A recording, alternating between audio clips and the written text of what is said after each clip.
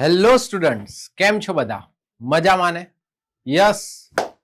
તાજેતરમાં જ આપ ઘણીવાર સાંભળતા હશો કે એક ભારતીય શુભાંશુ શુક્લા એ ઇન્ટરનેશનલ સ્પેસ સ્ટેશનની મુલાકાતે જવા માટે નીકળી ગયા છે.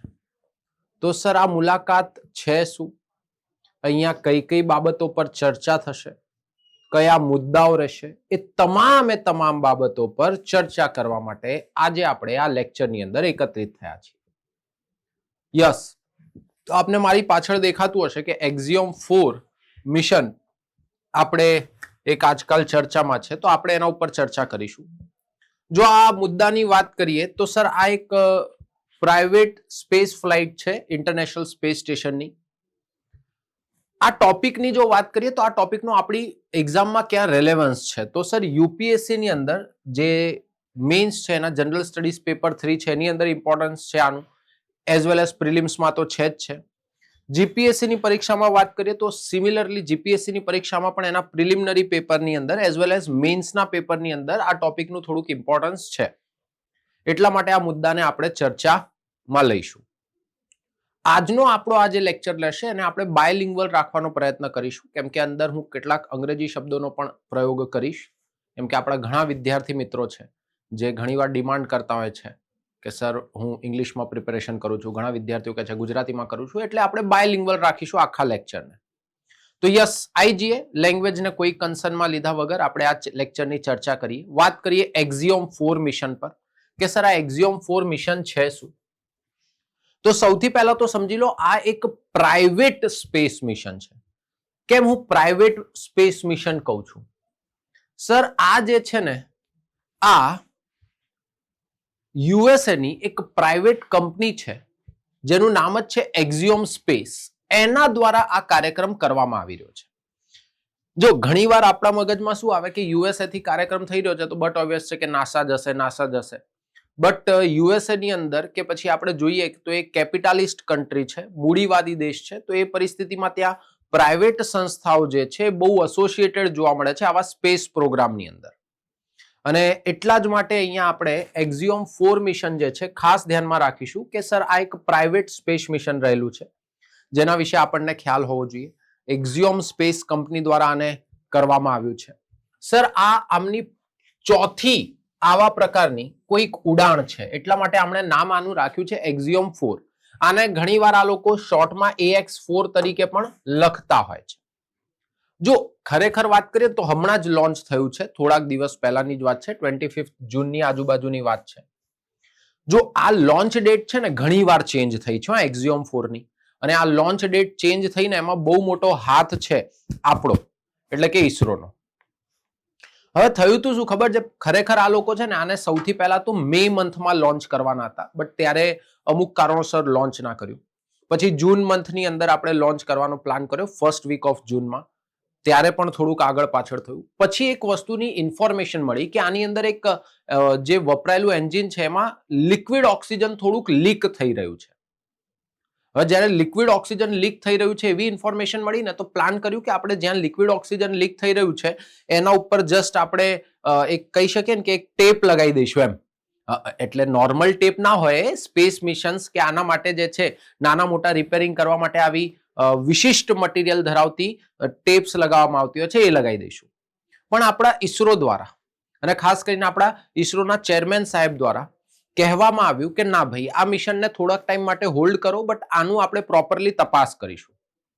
એના પાછળનું રીઝન છે કે જે નારાયણ સાહેબ છે, જે આપણા ઈસરોના ચેરપર્સન છે, ચેરમેન છે, એ લિક્વિડ પ્રપલ્શનના બહુ જ જ્ઞાતક પર્સન છે, એમને બહુ સારું એવું એનું નોલેજ છે. તો એમણે કીધું કે આનું એક પ્રોપરલી આપણે રિસર્ચ કરવું પડશે. અને જ્યારે સ્પેસએક્સ કંપનીએ અને એક્ઝિયોમ કંપનીઓએ આ બંને કંપનીઓ મળીને આનું જ્યારે તપાસ કરી તો ખબર પડી કે આ ખરેખર બહુ મોટો પ્રોબ્લેમ હતો, અને આની સાથે જો કદાચ આપણે આ મિશનને લોન્ચ કર્યું હોત તો કોઈ દુર્ઘટના બની શકતી હતી.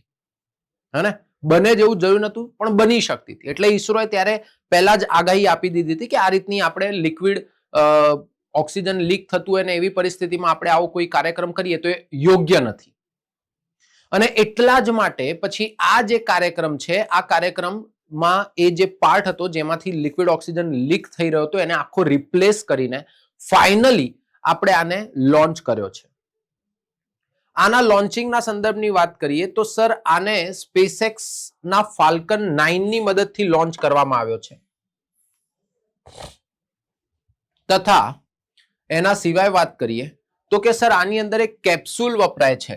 કેપ્સ્યુલ શું હોય સમજાવી દઉં. કેપ્સ્યુલ રોકેટ એટલે કે સેટેલાઇટ લોન્ચરનો એક એવો પાર્ટ છે જેની અંદર આપણે એસ્ટ્રોનોટ્સને મૂકેલા હોય અને આપણે એને ક્રૂ કેપ્સ્યુલ પણ કહેતા હોઈએ છીએ. શું કહેતા હોઈએ છીએ? Crew capsule. તો સર આ જે ક્રૂ કેપ્સ્યુલ છે એની અંદર આપણે ઉપયોગ કરેલો છે ક્રૂ ડ્રેગન કેપ્સ્યુલનો. અગેન આ ડ્રેગન કેપ્સ્યુલ જે છે કે જેની અંદર એક જગ્યાએથી બીજી જગ્યાએ સામાનને લોકોને લઈ જઈ શકીએ છીએ. It is made by SpaceX company.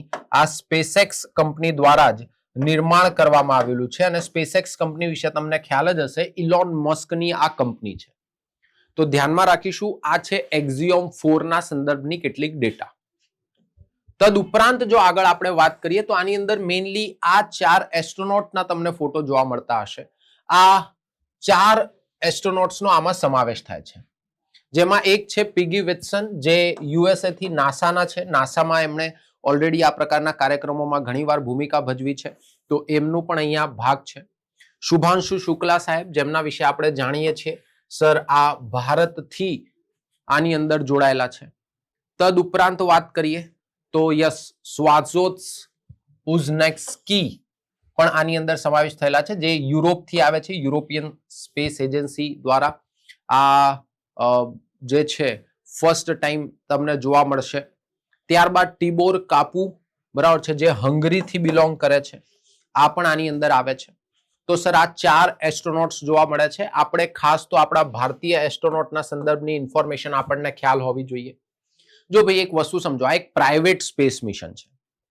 હવે પ્રાઇવેટ સ્પેસ મિશન છે ને એટલે બહુ ઇમ્પોર્ટન્ટલી તમારે સમજવાની જરૂર છે કે હું શું કહેવાનો પ્રયત્ન કરું છું. આપણે એક વસ્તુ સમજો, આની પહેલા છે ને કોઈ ભારતીય સ્પેસમાં ગયું હતું ને તો એ આપણા રાકેશ શર્મા સાહેબ હતા અને જે રશિયાના તરફથી ગયા હતા. એટલે કે સ્ટેટ ઓન રાજ્ય દ્વારા, કોના દ્વારા બેટા? રાજ્ય દ્વારા સ્ટેટ ઓન્ડ એક કાર્યક્રમ હતો. જ્યારે આ એક પ્રાઇવેટ ઓન્ડ કાર્યક્રમ છે, પ્રાઇવેટ કંપનીનો છે, એના કારણે અહીંયા શું જોવા મળે છે તો સર અહીંયા તમને જોવા મળે છે કે સર આ કાર્યક્રમની અંદર ઈસરો એટલે કે ભારતે એક યુએસએની ખાનગી કંપની સાથે ટાઈઅપ કરીને આ કાર્યક્રમ કરી રહ્યું છે. જે એક પ્રકારે બતાવી રહ્યું છે કે હવે ભારત બીજા રાજ્યો પર અવલંબીને નથી. ભારતની સ્પેસ ટેકનોલોજી ક્ષેત્રે એટલો વિકાસ થયો છે કે બીજી પ્રાઇવેટ કંપનીઓ સાથે પણ ટાઈઅપ કરીને આ પ્રકારના કાર્યક્રમોમાં ભાગ ભજવી શકે છે. અને સર આ પ્રાઇવેટ હોવાના કારણે એવું પણ નથી કે આમાં ભારતનો કોઈ ખર્ચો નથી થયો. ભારતે પણ આની અંદર પૈસા નાખ્યા છે. કેમ? કેમ કે આપણે શુભાંશુ શુક્લા સાહેબને જે મોકલ્યા છે એ એમનો જે ખર્ચો જે છે સંપૂર્ણપણે ઈસરો દ્વારા ઉઠાવવામાં આવ્યો છે.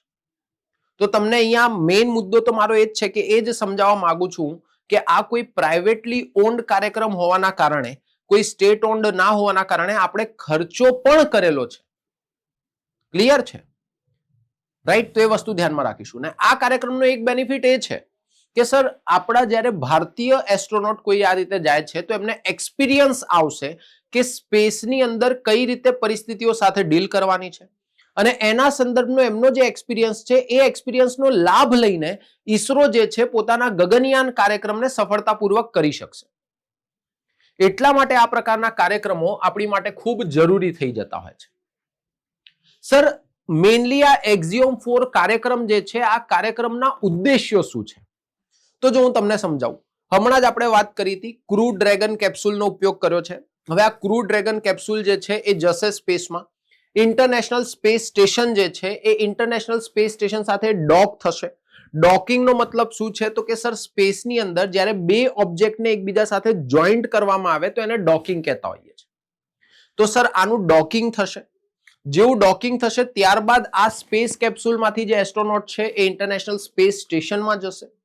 ઇન્ટરનેશનલ સ્પેસ સ્ટેશનમાં રહીને એ ઘણા બધા અભ્યાસ કરશે, ઘણી બધી વસ્તુઓ શીખશે.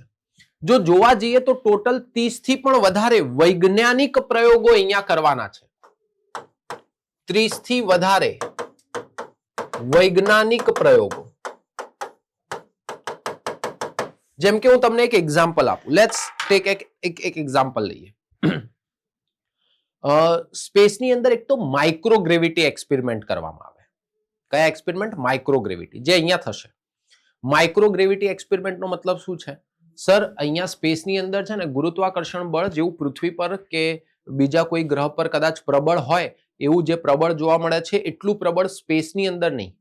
સ્પેસની અંદર માઇક્રોગ્રેવિટી છે. તો સર, આ માઇક્રોગ્રેવિટીનો અહીંયા આપણે શું કરીશું? અભ્યાસ કરીશું. એઝ વેલ એઝ સૌથી મોટી વસ્તુ, બોન મસલની અંદર જે ઘટાડો થાય છે. જેમ કે હમણાં જ તમને ખ્યાલ હોય તો થોડાક સમય પહેલા સુનિતા વિલિયમ્સ જે સ્પેસમાં ફસાઈ ગયા હતા અને ઘણા લાંબા સમય પછી એમને પૃથ્વી પર લાવવામાં આવ્યા. તો જ્યારે એમને પૃથ્વી પર લઈને આવ્યા તો ત્યારે આપણે શું જોયું? તો કે સર, એમનું બોન માસ જે છે, એમનું મસલ માસ જે છે ખાસું ડિપ્લીટ કરી ગયું હતું, ખાસું ઘટી ગયું હતું. તો સર, અહીંયા એનો પણ અભ્યાસ કરવામાં આવશે કે કેમ સ્પેસની અંદર બોડી માસ છે, બોન માસ છે, આટલું ફટાફટ ડિપ્લીટ કેમ થાય છે. તો સર, સ્પેસની હ્યુમન પર શું અસર થાય છે, મનુષ્ય પર શું અસર થાય છે, એનો પણ અહીંયા અભ્યાસ કરવામાં આવશે. તો સર, એનો પણ અહીંયા પ્રયોગ થશે. બીજી વસ્તુ, સર, સૌથી મોટી વસ્તુ તમે સમજો, આ એક પ્રાઇવેટ કાર્યક્રમ છે. તો સર, આના માધ્યમથી આપણે કમર્શિયલ સ્પેસ ઓપરેશનને, વ્યાપારિક સ્પેસ કાર્યક્રમો જે છે એને પણ આપણે શું કરવા માંગીએ છીએ? તો કે સર, એને પણ આપણે પ્રમોટ કરવા માંગીએ છીએ, એને પણ આપણે બૂસ્ટ કરવા માંગીએ છીએ. તો એમાં પણ શું થશે? આ બેનિફિટ જોવા મળશે. તદુપરાંત વાત કરીએ તો સ્પેસ ટેકનોલોજીસના સંદર્ભમાં જે નવી તકનીકો છે એ નવી તકનીકોનો અભ્યાસ કરી શકાશે. રાઈટ? યસ ઓર નો?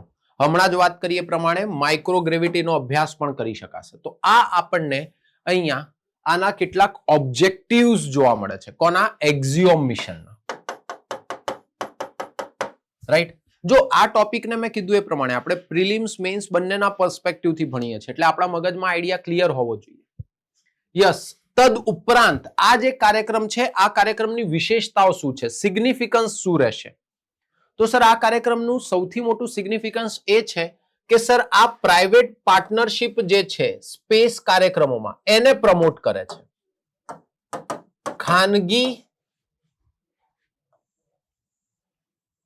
ખાનગી પાર્ટનરશિપ જે છે, બરાબર છે, ખાનગી કંપનીઓ જે છે એમને પણ પ્રોત્સાહન મળશે.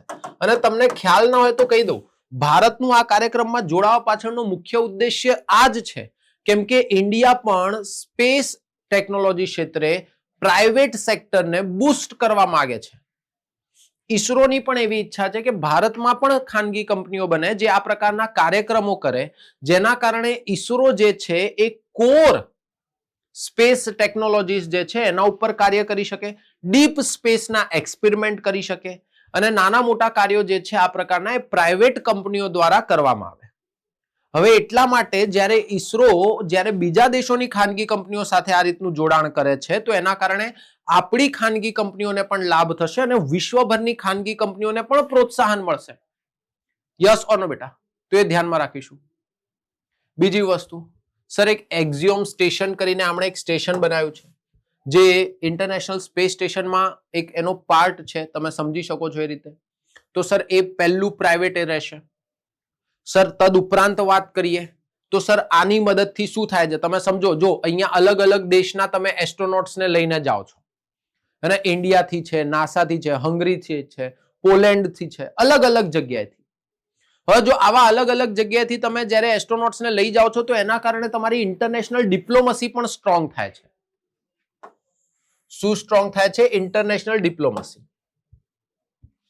રાઈટ? આ બહુ મોટી વસ્તુ છે બેટા.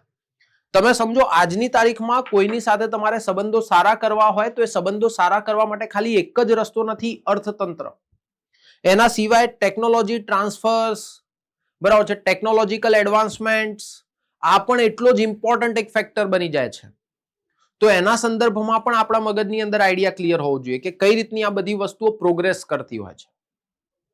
એનાથી આગળ વધીએ તો સર, જે આપણી લોઅર અર્થ ઓર્બિટ છે કે જેને આપણે લો અર્થ ઓર્બિટ કહીએ છીએ. તમને બધાને ખબર છે ભાઈ, કક્ષાઓમાં સૌથી વધારે આપણે જે વાપરતા હોઈએ છીએ એ આપણી લોઅર અર્થ ઓર્બિટ કે લો અર્થ ઓર્બિટની જો વાત કરીએ,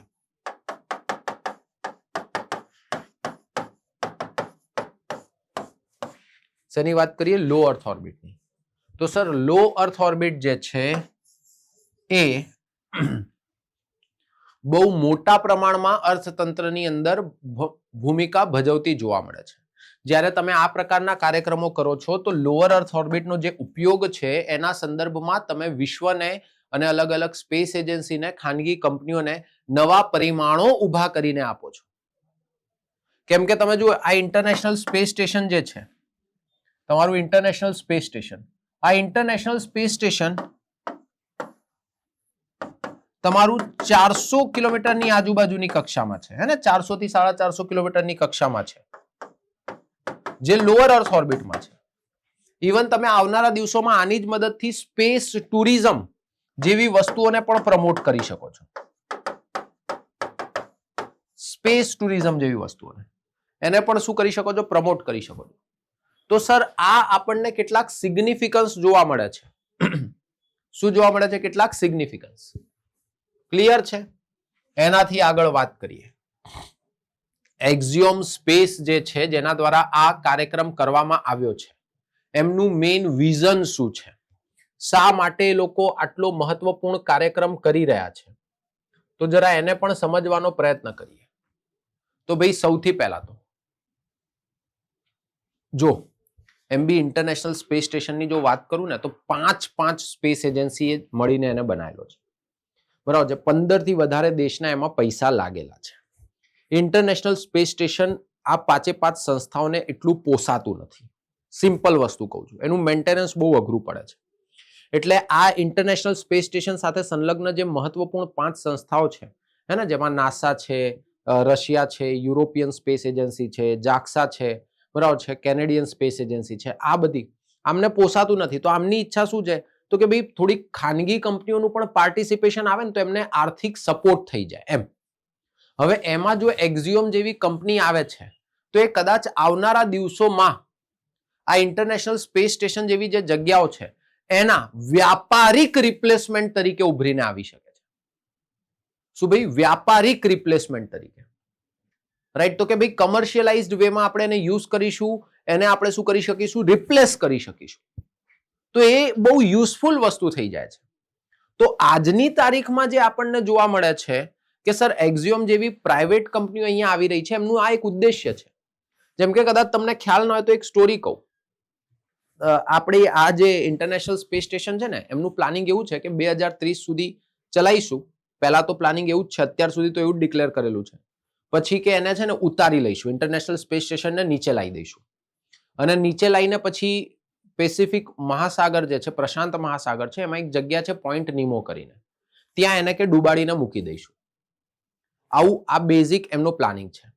તો આની પહેલા ઇલોન મસ્ક એક ઓફર આપી ચૂક્યા છે નાસાને બધાને કે તમે એવું હોય ને તો ઇન્ટરનેશનલ સ્પેસ સ્ટેશન કે મને આપી દો, હું કે ત્યાં છે ને રિસોર્ટ બનાવીશ, કે સ્પેસ રિસોર્ટ 9 રૂમની, રાઈટ? આપ ખાલી વિચાર કરો તમે, ખાનગી કંપનીઓ કઈ રીતે વિચાર કરે છે, અને એમાં છે ને લોકો આવશે, રહેશે, જશે, પૈસા પણ કમાવા મળશે કે મને.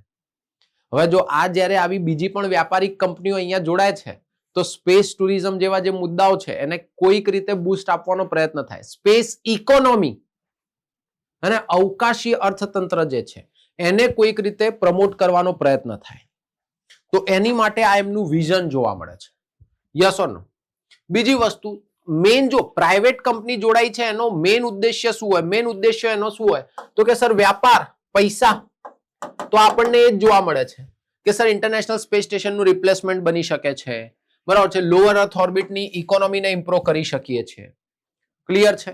બીજી વસ્તુ, સર આમણે એકલા એવું નથી કે એક્ઝિયોમ કંપની જે છે, એક્ઝિયોમ સ્પેસ કંપની એ ખાલી એક જ દેશ સાથે જોડાઈ હોય. ના ના ના, એ જો યુરોપિયન કન્ટ્રી સાથે જોડાયેલી છે, હંગરી સાથે જોડાયેલી છે, બરાબર છે, ઇન્ડિયા સાથે જોડાયેલી છે. તો ધેટ શોઝ, એ શું બતાવે છે? તો સર આ ક્યાંક ને ક્યાંક ઇન્ટરનેશનલ સાયન્ટિફિક પાર્ટનરશિપને બતાવે છે. શેને બતાવે છે? ઇન્ટરનેશનલ સાયન્ટિફિક પાર્ટનરશિપને. કે ભાઈ આંતરરાષ્ટ્રીય સ્તરે વૈજ્ઞાનિક અભિગમથી પણ આપણે શું કરી શકીએ છીએ, એકબીજા સાથે પાર્ટનરશિપ કરી શકીએ છીએ. તો એ પણ અહીંયા શું જોવા મળે છે, સિગ્નિફિકન્સ. કોનું? એક્ઝિયોમ સ્પેસ મિશનનું કે એક્ઝિયોમ સ્પેસ કંપનીનું. ક્લિયર? યસ સર, આ જે કાર્યક્રમ છે કે આવા પ્રકારનો કાર્યક્રમ છે, આનાથી ભારતને શું લાભ થાય છે? આનું ભારત સાથે શું રેલિવન્સ છે? સર મેં હમણાં જ એક રેલિવન્સ તો કીધું કે ઈસરોની પણ ઈચ્છા છે કે પ્રાઇવેટ કંપનીઓ જે છે એને પ્રોત્સાહન આપીએ. તો સર સૌથી મોટો એક લાભ આપણને એ થાય છે કે પ્રાઇવેટ સેક્ટર જે છે એની સાથે ભારતની જે પાર્ટનરશિપ છે એના માટેની નવી તકો. શું? તો કે ભાઈ ખાનગી કંપની સાથેની ખાનગી કંપનીઓ સાથે ભાગીદારી માટે નવી તકો નિર્માણ થતી જોવા મળે છે. બીજી વસ્તુ, અપકમિંગ ડેઝમાં ભારતનું એક ખૂબ જ મહત્વકાંક્ષી કાર્યક્રમ છે જેનું નામ છે ગગનયાન. આ જે ખૂબ જ મહત્વપૂર્ણ અને કાર્યક્રમ છે એ કાર્યક્રમ માટે ભારતને કેટલાક મહત્વપૂર્ણ લેસન્સ મળશે. ભારતને આની માટે જરૂરી એવી ઇન્ફોર્મેશન મળશે. તો એ પણ આપણને શું જોવા મળે છે? બેનિફિટ. રાઈટ? તો કે સર ગગનયાન કાર્યક્રમમાં લાભ થશે. શેમાં લાભ થશે? ગગનયાન કાર્યક્રમમાં. અને ગગનયાન કાર્યક્રમ તો આપણો બહુ મહત્વકાંક્ષી કાર્યક્રમ છે. કાર્યક્રમમાં લાભ ખૂબ મહત્વકાંક્ષી. ક્લિયર છે? તદ ઉપરાંત વાત કરીએ સર, આના કારણે આપણે જે આજની તારીખમાં વૈશ્વિક સ્તરે સ્પેસનું વ્યાપારીકરણ થઈ રહ્યું છે, તો એ વ્યાપારીકરણનો પ્રવાહ કઈ દિશામાં જાય છે? એટલે કે આના કારણે આપણે ગ્લોબલ સ્પેસ કમર્શિયલાઇઝેશનનો ટ્રેન્ડ, વૈશ્વિક વ્યાપારીકરણ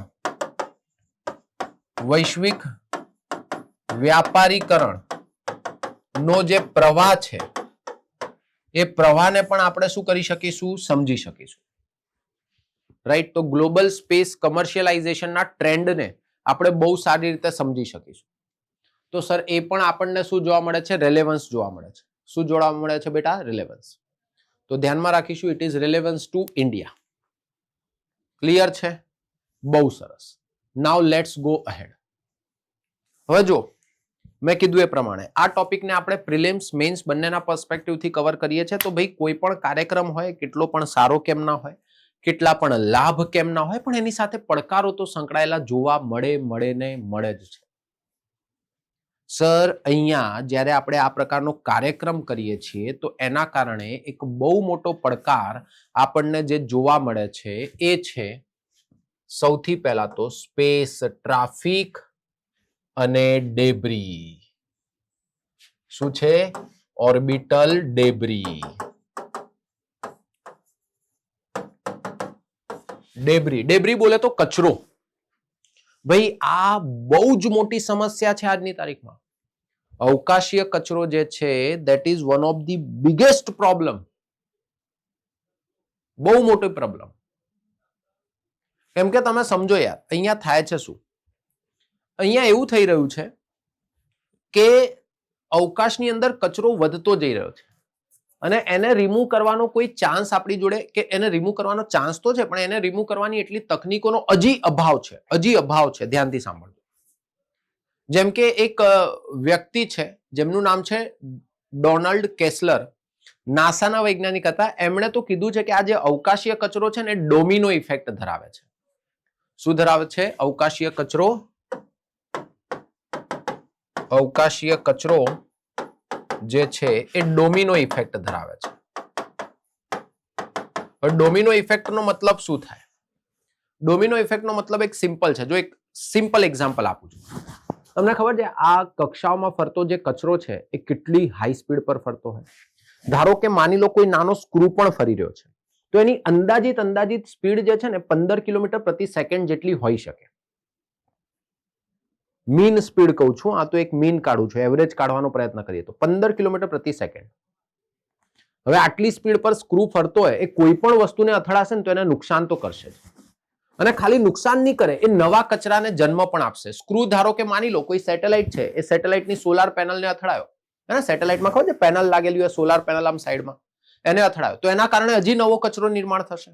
તો માની લો એક સ્ક્રૂ છે, આ સ્ક્રૂ અથડાયો, એને હજી નવા 3 ટુકડા નિર્માણ કરી દીધા કે 2 ટુકડા નિર્માણ કરી દીધા. આ પાછા એ જ સ્પીડે કક્ષામાં ફરતા હશે, આ આગળ કોઈને અથડાશે અને આમણે હજી નવા કચરા નિર્માણ કરી દીધા, આણે નવા કચરા નિર્માણ કરી દીધા, આણે નવા કચરા નિર્માણ કરી દીધા. તો સર આ પ્રક્રિયા તો ચાલતી જ હશે. તો સ્પેસ ડેબ્રિસ એવી સમસ્યા છે ને કે જેનો જલ્દીથી જલ્દી ઉકેલ લાવવો બહુ જરૂરી છે, નહીં તો આવનારા દિવસોમાં બહુ મોટી પ્રોબ્લેમ ક્રિએટ કરશે. અને આપણે જ્યારે આ પ્રકારના કાર્યક્રમ કરીએ છીએ રાઈટ, ત્યારે આ સમસ્યા આપણને જોવા મળે છે કે હજી આપણે કદાચ આવા કચરા નિર્માણ કરીએ અને એના કારણે હજી કચરો નિર્માણ થઈ શકે. તદ ઉપરાંત વાત કરીએ કે સર જે પ્રાઇવેટ પ્લેયર્સ છે, જે ખાનગી કંપનીઓ છે, એમના માટે જોવા જઈએ ને તો સ્પેસ લોઝ, અવકાશીય કાયદા અને એમની રેગ્યુલેટરી ગેપ્સ, એટલે કે એમના પર નિયમનકારી સંસ્થાઓનો પણ શું જોવા મળે છે? અભાવ. તો સર અહીંયા હજી એક સમસ્યા શું જોવા મળે છે? સ્પેસ લો. સ્પેસ લો બોલે તો કે ભાઈ સર જે કાયદો છે સ્પેસને લઈને એવો કોઈ નિર્માણ થયેલો નથી, તો એક પ્રોબ્લેમ છે, બરાબર છે. બીજું શું છે તો કે સર કોઈ નિયમનકારી સંસ્થાઓ કે નિયમનકારી રૂલ્સ એન્ડ રેગ્યુલેશન્સ નો અભાવ જોવા મળે છે પ્રાઇવેટ પ્લેયર્સ માટે. તો સર આ પણ એક પડકાર છે. તદ ઉપરાંત વાત કરીએ સર અતિ ખર્ચાળ, હાઈ કોસ્ટ, ખૂબ ખર્ચાળ કાર્યક્રમ હોય છે. જેમ કે એક રિપોર્ટ અનુસાર જોઈએ તો એક અંદાજિત 70 થી 75 મિલિયન ડોલરનો ખર્ચો આપણે ખાલી શુભાંશુ શુક્લા સાહેબને આ કાર્યક્રમની પાછળ કરેલો છે, અંદાજિત. જેની અંદર એમની સ્પેસ માટેની ટ્રેનિંગ આવી ગઈ, એમના સૂટ આવી ગયા, એમનું ખાવાનું પીવાનું બધું આવી ગયું. અંદાજિત કહું છું, આ ધ્યાનથી સમજો. અને વચ્ચે એક ન્યૂઝપેપર વાંચતો તો એમાં મેં જોયું હતું. તો સર આ બહુ કોસ્ટલી વસ્તુ છે, એટલે આ બહુ કોસ્ટલી વસ્તુ છે એના કારણે બધા જ લોકો કરી શકે એમ છે નહીં. એક્સક્લુઝિવ કન્ટ્રીઝ જ કરી શકશે કે જેમની જોડે એટલું બજેટ હોય. તો સર આના કારણે તમને શું જોવા મળે છે? વર્લ્ડ લેવલ પર ક્યાંક ને ક્યાંક તમને થોડીક ડિસ્પેરિટી ક્રિએટ થતી જોવા મળે છે, વિસંગતતાઓ નિર્માણ થતી જોવા મળે છે. ક્લિયર? તો સર આ પણ કેટલાક પડકારો છે આપણી સામે. તો સર આવા કાર્યક્રમોની અંદર આ સંકળાયેલા કેટલાક આપણને પડકારો જોવા મળે છે. તો સર આના બેઝિસ પર તમે કન્ક્લુઝન શું કરી શકો છો? કે તમે આનું કન્ક્લુડ કરવાનો પ્રયત્ન કરો કે જ્યારે પણ આવા કોઈ કન્ક્લુઝન લખો છો તો તમે શું કન્ક્લુઝન આપી શકશો? કે એક્ઝિયમ 4 જે છે એક માઇલસ્ટોન કમર્શિયલ સ્પેસ કોલેબોરેશન છે, જેની અંદર નવા ભવિષ્યના હ્યુમન સ્પેસ ફ્લાઇટ કાર્યક્રમોની આપણને માહિતી મળશે. અને એટલું જ નહીં, ઇન્ડિયા અહીંયાથી પોતાના સ્પેસ કાર્યક્રમો માટે, પોતાના સ્પેસ સેક્ટર માટે ઘણી વેલ્યુબલ, મૂલ્યવાન વસ્તુઓ શીખીને પણ જશે. તો સર આનું જો આપણે કન્ક્લુઝન કરીએ તો આપણે કહી શકીએ છીએ આવી વસ્તુઓ કે સર એક્ઝિયોમ 4 જે છે એ માઇલસ્ટોન મિશન છે અને કમર્શિયલાઇઝેશન જોવા મળે છે તમને અહીંયા. સર અહીંયા તમને જોવા મળે છે હ્યુમન સ્પેસ ફ્લાઇટ જે છે એને બહુ સિમ્બોલાઇઝ કરવાનો પ્રયત્ન થાય છે. વેલ્યુબલ, રાઈટ, એનો મતલબ છે કે મૂલ્યવાન, અહીંયાથી તમને ઇન્સાઇટ મળતા જોવા મળે છે. તો તમે જોઈ શકો છો આ રીતના તમે આને કન્ક્લુડ પણ કરી શકો છો. તદ ઉપરાંત જો વાત કરીએ તો થોડીક આપણે જાણી લઈએ ઇન્ફોર્મેશન કોના વિશે? શુભાંશુ શુક્લા સાહેબ વિશે અને આમના સાહેબ. આપણે જે સ્પેસ કાર્યક્રમમાં ભારતથી જે એસ્ટ્રોનોટ જવાના છે એમના સંદર્ભમાં. તો સર આ ગ્રુપ કેપ્ટન છે શુભાંશુ શુક્લા સાહેબ, ઇન્ડિયન એરફોર્સની અંદર, બરાબર છે. પોતે એન્જિનિયર પણ રહી ચૂક્યા છે. ઇસરોના એસ્ટ્રોનોટ તરીકે એમને મોકલવામાં આવ્યા છે. જો ભાઈ મોટા ભાગે આવા કાર્યક્રમોમાં છે ને આપણે એરફોર્સના જવાનોને મોકલવાનું પસંદ કરીએ છીએ. રીઝન સિમ્પલ છે, કેમ કે જો એરફોર્સના જવાનો તમે સમજો છો કે જેટ, ફાઇટર જેટ્સ ઉડાવે છે, એ ઓલમોસ્ટ સુપરસોનિક સ્પીડ ધારણ કરનારા જેટ્સ ઉડાવે છે. એટલે એમને અનુભવ છે કે આટલી હાઈ સ્પીડ પર ત્વરિત ડિસિઝન્સ કઈ રીતે લેવાના. તો એ કેસમાં આપણી માટે આ બહુ ઇમ્પોર્ટન્ટ થઈ જાય છે. સર આમની વાત કરીએ તો સર આમનું જે કાર્યક્રમ છે કે આમના સંદર્ભમાં વાત કરીએ તો સર શુભાંશુ શુક્લા સાહેબને ગગનયાન માટે 4 જણાની પસંદગી જે કરવામાં આવી છે, 4 ભારતીય ઇન્ડિયન એરફોર્સના એસ્ટ્રોનોટ્સની જે પસંદગી કરવામાં આવી છે એમાંના એક છે. આમને જ્યારે મોકલવામાં આવ્યા હતા એક્ઝિયોમ મિશન માટે, એટલે કે આમને જ્યારે એક્ઝિયોમના ટ્રાયલ્સ માટે મોકલવામાં આવ્યા હતા તો એ 4 જે આપણા એસ્ટ્રોનોટ્સ છે એમાંથી શુભાંશુ શુક્લા સાહેબની આપણે પસંદગી કરી હતી અને એ ફર્સ્ટ ઇન્ડિયન એસ્ટ્રોનોટ બનશે જે ઇન્ટરનેશનલ સ્પેસ સ્ટેશનની આ રીતની મુલાકાત લેશે. અને જો વાત કરીએ તો સર ભારતીય એસ્ટ્રોનોટ તરીકે એ રાકેશ શર્મા પછી બીજા નંબરના એસ્ટ્રોનોટ બનશે કે જે અવકાશની મુલાકાત લેવાના છે. આની પહેલા જો કોઈ ભારતીય મૂળના અને ભારતીય નાગરિક જો સ્પેસની મુલાકાતે ગયા હોય તો એ છે રાકેશ શર્મા, જે 1984માં ગયા હતા. ત્યારબાદ આ બીજા એસ્ટ્રોનોટ બનશે, એટલે કે બીજા ભારતીય નાગરિક બનશે જે સ્પેસની મુલાકાતે જવાના છે, શુભાંશુ શુક્લા સાહેબ. રાકેશ શર્મા સાહેબના વિશે પણ થોડીક ચર્ચા કરી લઈએ.